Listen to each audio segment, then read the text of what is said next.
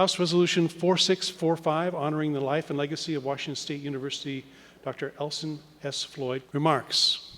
The gentleman from the 8th District, Representative Haler. Thank you, Mr. Speaker. Great men and women leave legacies that inspire those who have known them. Their legacies also serve to inspire future generations to dream and to make the world a better place through those dreams. Elson Floyd was one of those great men who dreamed that he could inspire and help this generation and future generations by making higher education more accessible to all who seek to improve themselves, their communities, and the world. President Elson Floyd accomplished this by expanding opportunities to access higher education throughout this state.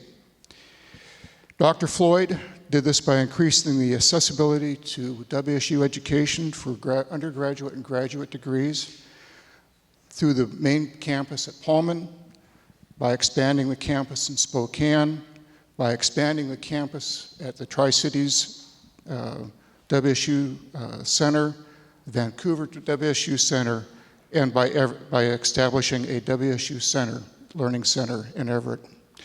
His vision not only increased WSU's enrollment to record heights, but it also assured that higher education was accessible to all students throughout this state, and all who with diverse backgrounds also had accessibility to education.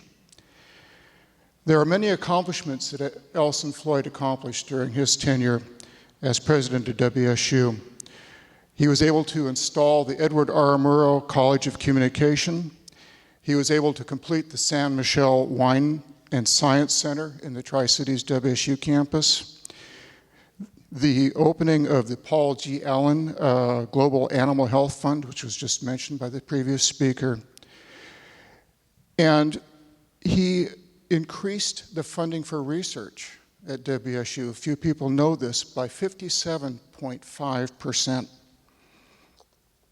And the only reason I would say 0.5 is because of my science background. President Floyd's final contribution to WSU was his tireless, successful advocacy, as was previously mentioned, right here in Olympia, to change our state law so that we could have more than one medical school. Thank God for Dr. Floyd. We really do owe him a debt of gratitude that we now have 2 medical schools in the state, actually 3, but 2 that are state-sponsored. We needed that extra medical school so that those who seek medical degrees to help with health care in this state have the option of staying in this state and serving their practices and performing their health duties in Eastern Washington in the quote-unquote rural communities of our state.